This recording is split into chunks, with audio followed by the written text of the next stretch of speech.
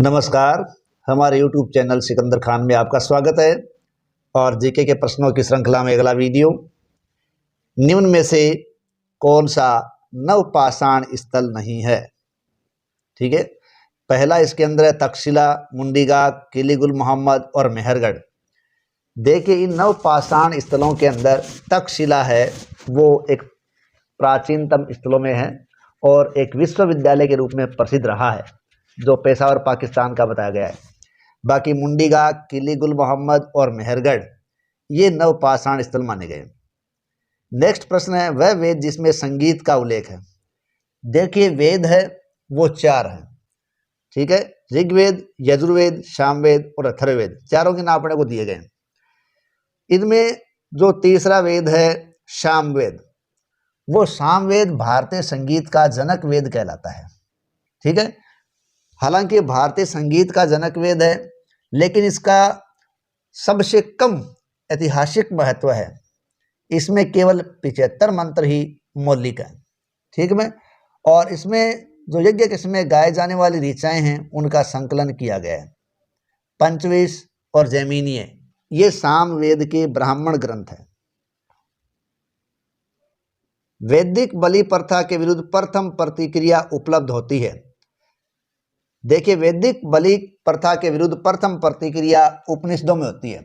वेदों के दार्शनिक और सैद्धांतिक भाग को उपनिषद कहा गया है और ये वैदिक साहित्य के अंतिम भाग होने के कारण वेदांत भी कहलाते हैं।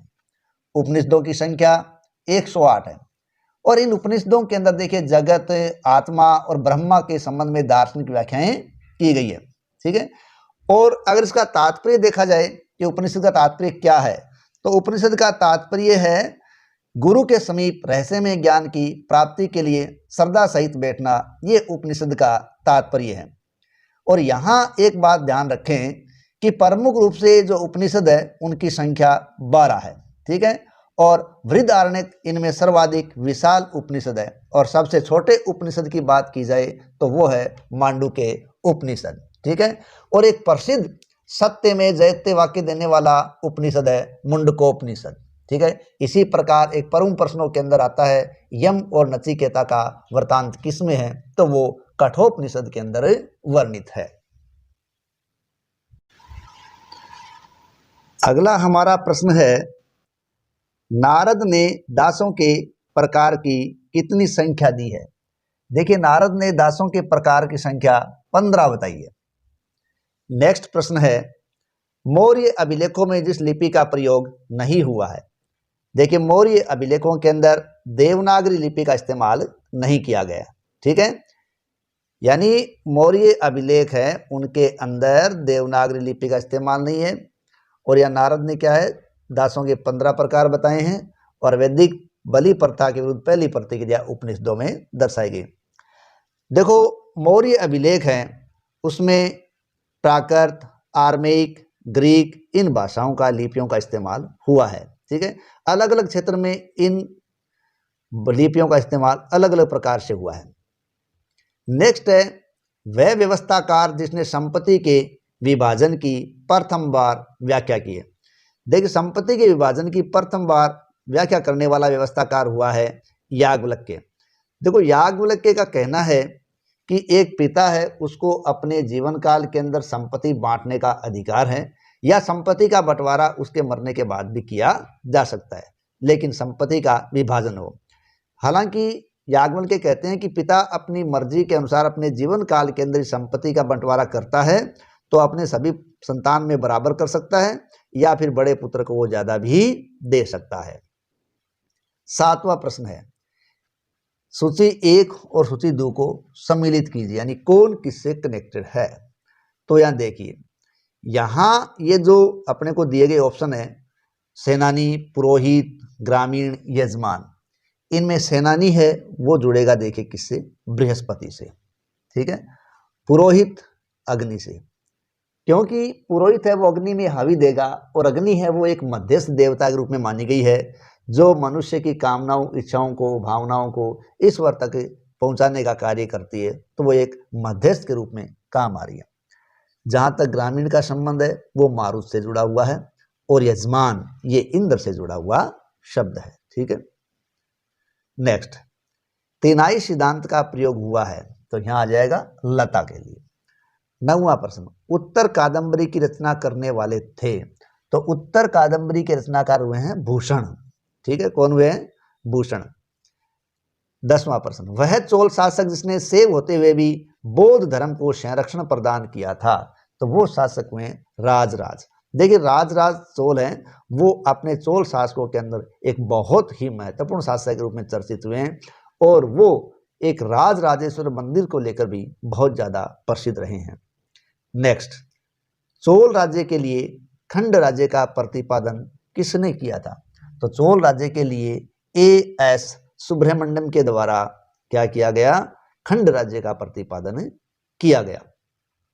12वां प्रश्न है, पण तथा मास्क किस राजवंश की मुद्राएं हैं?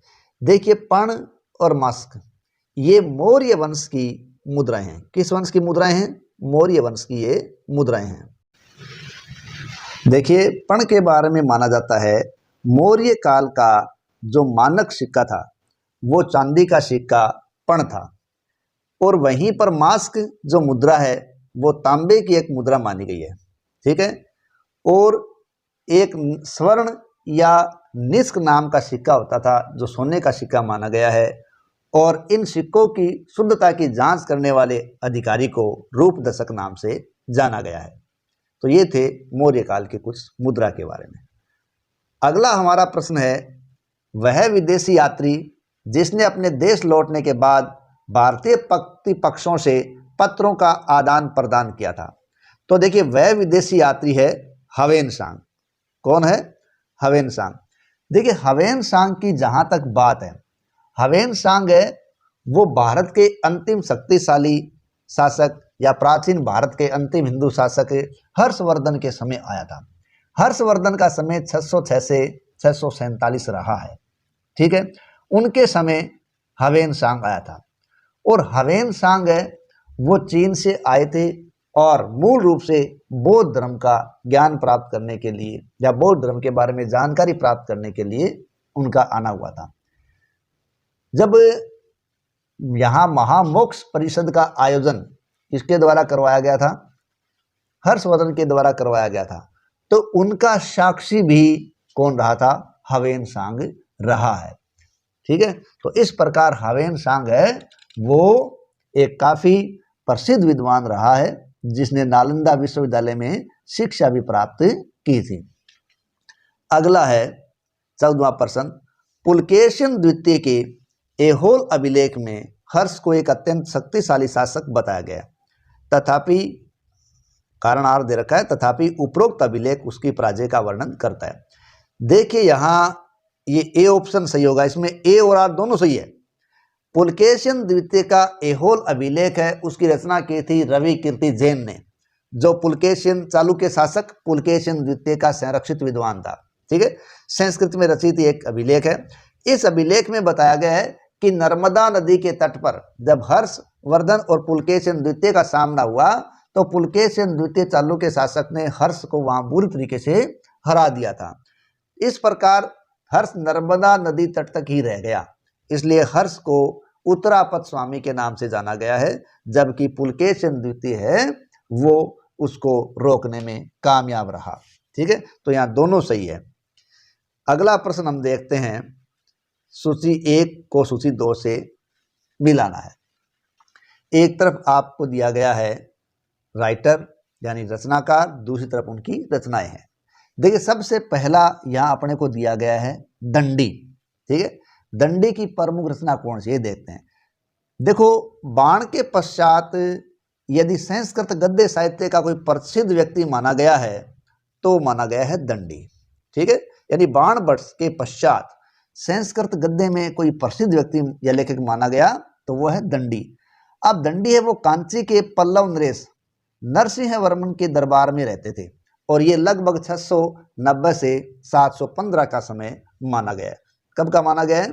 690 से 715 का समय माना गया, जब दंडी नरसिंह वर्मन प्रथम के दरबार में रहा करते थे। इनकी एक प्रमुख रचना है 10 कुमार चरित, जो अपने को यहां दी गई है। ठीक है, अब इसमें है क्या? देखो 10 कुमार चरित एक घटना प्रधान कथानक है। इसमें पाटलिपुत्र के राजा राजहंस और उसके मंत्रियों के 10 पुत्रों के जीवन की साहसिक घटनाओं का वर्णन किया गया है। इसके अलावा काव्यादर्श दंडी की रचना है। अवंती सुंदरी कथा यह भी दंडी की रचना है, जिसे दंडी का सबसे प्रसिद्ध गद्य काव्य भी माना गया है। ठीक है, ये रचना इसकी है। और दंडी को कुछ विद्वान हैं वो वाल्मीकि तथा व्यास की कोटि के तीसरा कवि मानते हैं। ठीक है, यानी कुछ विद्वान दंडी को वाल्मीकि और व्यास की कोटि का तीसरा कवि मानते हैं। अगला अपने को दिया गया है वाक्पति। ठीक है, देखो वाक्पति की प्रमुख रचना है गोढ़वो। ठीक है, और तीसरा है अश्वघोष। ठीक है, तो अश्वघोष भी अपने आप में एक प्रमुख व्यक्ति या रचनाकार हुए हैं। ठीक है, अश्वघोष की प्रमुख रचना में है बुद्ध चरित। क्या है? बुद्ध चरित। अब है राजशेखर। देखिए राजशेखर है वो भी एक उल्लेखनीय विद्वान हुए हैं। जो राजशेखर है वो कन्नौज के प्रतिहार वंशी राजाओं महेंद्रपाल और महिपाल के दरबार की शोभा बढ़ाते थे और ये संस्कृत के अच्छे विद्वान थे, जिन्होंने कई कृतियां लिखी है, जिसमें बाल रामायण, बाल भारत, विद्यशाल भंजिका, कर्पूर मंजरी, काव्य मीमांसा, ये कुछ कथाएं लिखी है। तो यहाँ कर्पूर मंजरी किसकी रचना है? राजशेखर की रचना है। ठीक है, यह केवल प्राकृत भाषा में रचित है, इस कारण इसे राटक भी कहा जाता है। ठीक है, और कर्पूर मंजरी में राजा चंद्रपाल तथा विदर्भ देश की राजकुमारी कर्पूर मंजरी के विवाह का वर्णन है और ये राजशेखर की एक सर्वोत्कृष्ट रचना मानी गई है। इसी के साथ अपने प्रश्नों की श्रृंखला समाप्त होती है। धन्यवाद।